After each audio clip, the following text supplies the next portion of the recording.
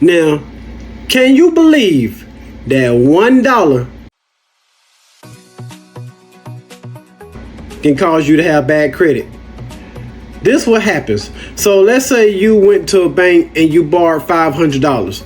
Now, of course, all banks have their interest rates and their fees that they're gonna add to it. Now, if you borrow $500 and pay $500 back, guess what? There's a possibility that you have to pay an additional amount of dollars to be able to close out the whole loan. Now, the reason why that happens is because the banks and the lenders, they have to make money too. So if you say, well, I just want to borrow $500 and I'm just gonna pay $500 and thinking that the bill is over with, then that's not true. Okay. So you might, there will be some interest that add on top of that amount. So if you spend $500, if you borrow $500, you might have to pay back maybe $550 or something like that.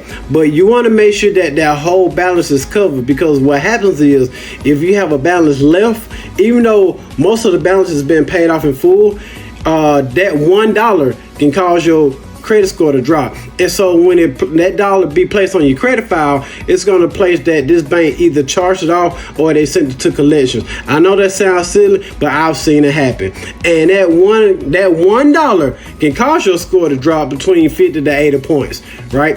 Now, only thing you have to do to get out of that is call the bank, pay that dollar, and they may or may not remove it, but they will change the balance amount owed to zero. But if that happens, you can see the difference or your scores of an account being in collections or charged off by $1 than if you would have paid that off.